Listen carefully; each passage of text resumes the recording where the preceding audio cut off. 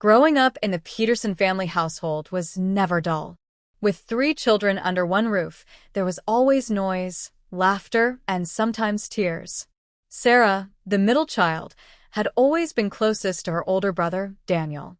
He was only 2 years older, but he seemed to her like a protector, a guide, and sometimes even a second parent when their mom and dad were too busy working double shifts to keep the family afloat. They lived in a small town in Ohio, where Friday night football games, neighborhood cookouts, and long summer evenings were the heartbeat of community life. Sarah remembered being a little girl sitting on the bleachers, clutching her popcorn and cheering loudly for Daniel as he sprinted down the football field. He was the star of his high school team, the kind of boy who had a bright smile that drew people in. But more than the attention he got, Sarah knew him as the boy who used to sit beside her on stormy nights, reading her stories and telling her that nothing could ever harm her as long as he was around. As they grew older, life became more complicated. Their parents' arguments grew louder, money got tighter, and responsibilities fell harder on Daniel's shoulders. He started working part-time jobs on top of school, just to keep the household running. Sarah saw how tired he looked some nights, coming home covered in grease from his shift at the gas station, or with sore hands from helping neighbors with odd jobs. Yet even then, he would flash her a smile and ask about her day, making her feel like she mattered. By the time Sarah reached her senior year of high school, things had shifted again. Daniel had gone off to college on a scholarship, but not the kind that paid for everything. He still had to work, and the distance between them grew harder to bridge. Phone calls became their lifeline, late-night conversations where Sarah poured out her worries and Daniel gave advice with a steady voice she had always trusted. One particular autumn weekend, Daniel returned home. It was a rare visit because between his studies, his part-time work, and his football practices, he hardly had the chance. Sarah had been waiting by the window that Friday evening, her heart leaping when she saw his car pull into the driveway. She ran outside, hugging him tightly before he could even grab his bag from the trunk. "You're here," she exclaimed, her voice catching with happiness. "I promised I'd come before the big game," he said with a grin, referring to the last football game of his college season, the one scouts were rumored to be attending. That night, they stayed up late in the living room, talking the way they always did. They reminisced about childhood games, whispered about their parents' constant struggles, and laughed until their sides hurt. At one point, Sarah pulled out an old board game, one they hadn't touched in years. She challenged Daniel, saying, "Hurry up, brother. One last round before you go tomorrow. I need to prove I can finally beat you." He laughed, shaking his head, but he agreed. They sat cross-legged on the floor, surrounded by pieces scattered across the carpet, just like when they were kids. Sarah didn't win, of course.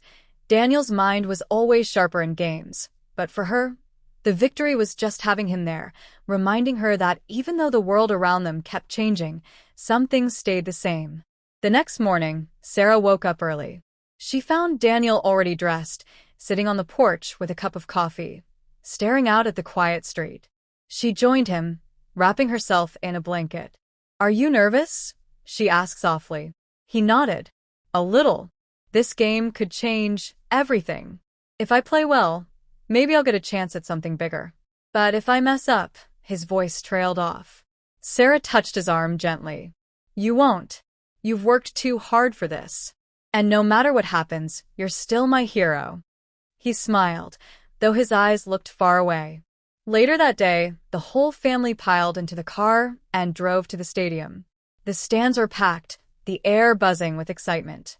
Sarah cheered as loudly as she could, her heart pounding as she watched her brother take the field. Every pass, every sprint, every tackle felt like the culmination of all his sacrifices.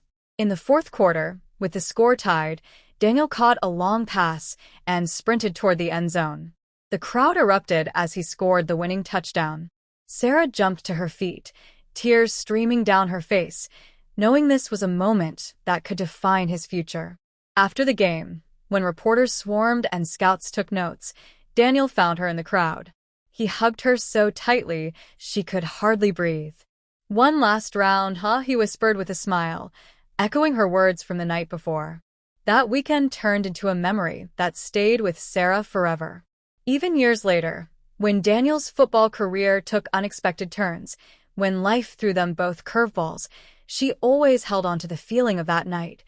The laughter, the board game, the porch conversation, the victory on the field. It reminded her that family was not about perfection or success, but about showing up, supporting one another, and cherishing the fleeting moments that knit their lives together. And though life pulled them in different directions, with Sarah pursuing her career as a teacher and Daniel navigating the unpredictable world of sports and later coaching, they never let go of that bond. Sarah often found herself telling her students stories about her brother, about resilience, about not giving up even when the odds were stacked against you. She wanted them to know that strength wasn't about never falling, but about always standing back up, with the help of those who love you. In the end, the phrase, "Hurry up, brother, one last round before," became a kind of family motto.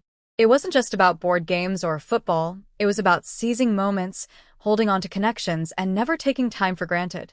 And whenever Sarah thought of Daniel, she smiled, knowing that no matter where life took them, they'd played that one last round together, and it had changed everything.